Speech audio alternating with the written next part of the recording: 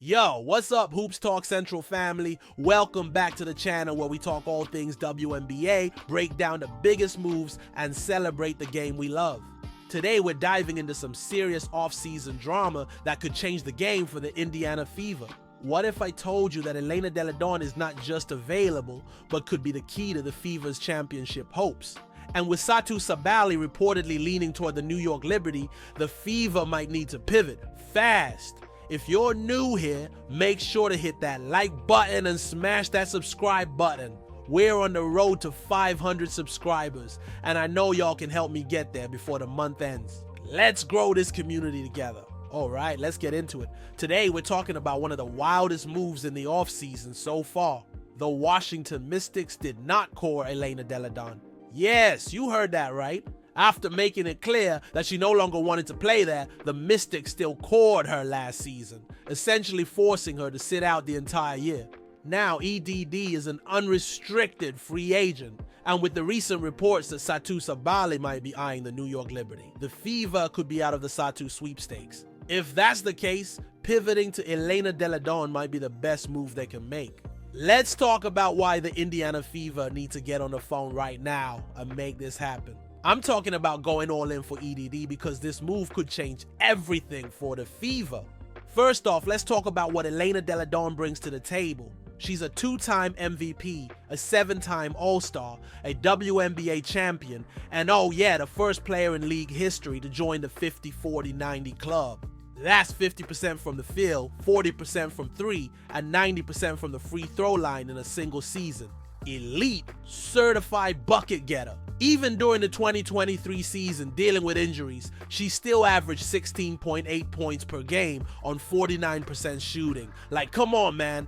That's a walking bucket right there. Her free throw percentage for the 2023 season, 97.6%. Yeah, you heard that right. You're not fouling her and expecting her to miss. She is automatic from the line. Even in limited action, she only played 23 games. She still reminded everyone why she's one of the most efficient and impactful players in WNBA history. Now imagine her in a Fever uniform. Picture this, Caitlin Clark running the point, Kelsey Mitchell doing her thing on the wing, Aliyah Boston dominating in the post, and then you add Elena Delle Donne to that mix. That's not just a team, that's a problem for the rest of the league. Let me break down why this works so perfectly. Leadership and experience. The Fever are young, right? And they've got crazy talent, but they're still figuring out how to win.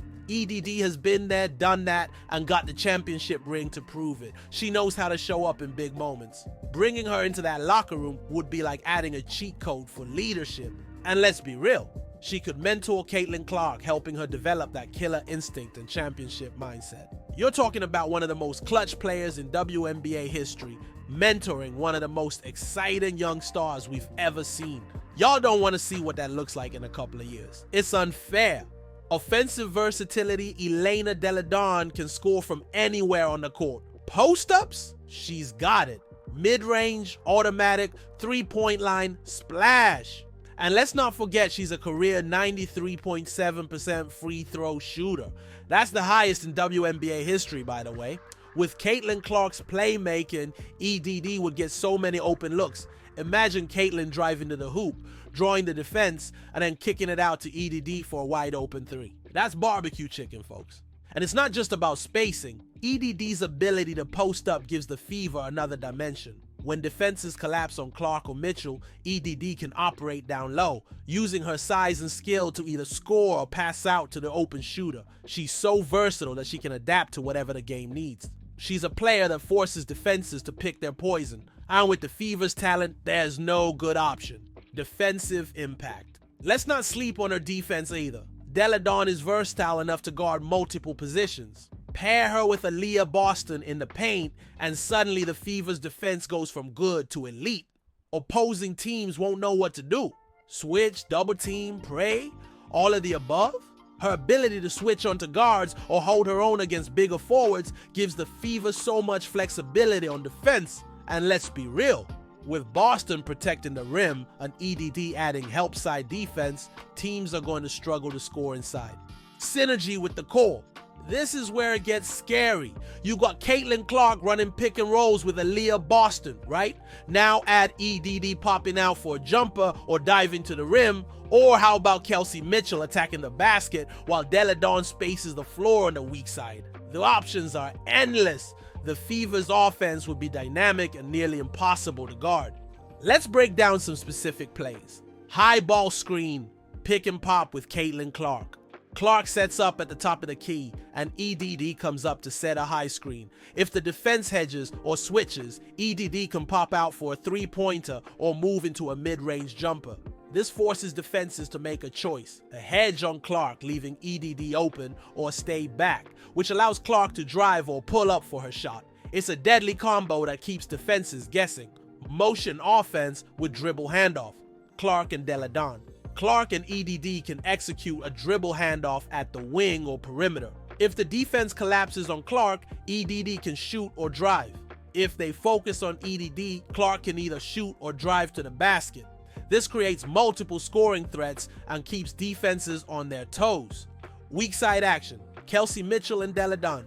Mitchell drives from the wing, drawing defenders, while EDD is positioned on the weak side for a catch-and-shoot three-pointer or a cut to the basket if her defender helps. This play uses Mitchell's speed and scoring ability to create space, enhancing EDD's scoring opportunities.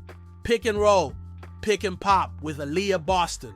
Boston sets a screen for EDD, who can either roll to the basket for a pass from Boston or pop for a jumper. This can be reversed with EDD setting the screen for Boston, creating mismatches inside. This play would exploit the defensive focus on one player, leaving the other open for high percentage shots. Pin down screens, Boston and Delle Donne. EDD can act as a decoy on one side, while Boston sets a screen for EDD to cut to the basket for a lob or quick pass. Alternatively, EDD can screen away from the ball for Boston, creating space for her to operate inside. This forces defenses into difficult decisions, enhancing the inside-outside game. Cultural impact. Let's not forget what Delle Donne brings off the court. She's a fan favorite, a role model, and a leader in the community. Indiana's fan base will go crazy for her, and she brings so much visibility to the team. You're not just signing a player, you're signing a franchise icon who elevates everything around her. 2023 season recap. Even in a season where injuries limited her to 23 games, EDD was still a force. She averaged 16.8 points, 5.4 rebounds, and 1.9 assists per game. Her shooting splits were insane. 49.3% from the field, 34.8% from three, and 97.6% from the free throw line. That's efficiency on a whole different level. And her advanced stats? A 54.2% effective field goal percentage, and a player efficiency rating that ranks among the league's best. She's not just good, she's elite, even when not at 100%. So here's my pitch to the Indiana Fever front office. Do whatever it takes. Throw the bag at her. Kelly Krauskopf, Amber Cox, I'm talking to y'all. Get on the phone right now. I don't care if you gotta call, text, email, or send a carrier pigeon, just make it happen. This is your chance to take the next step and become real championship contenders. You got the young talent, you got the potential, and now you need the veteran superstar to tie it all together. Elena Delle Donne is that player. Alright, that's my take. What do y'all think? Should the Fever go all in for Elena Delle Donne? Hit the comments and let me know. And before you go, don't forget to like, subscribe, and share this video with your fellow WNBA fans. We're so close to hitting 500 subscribers, and I know we can do it with your help. Let's keep building this community and showing love for the dub. Thanks for kicking it with me today. Until next time, this is Hoops Talk Central, and I'll catch y'all in the next one. Peace!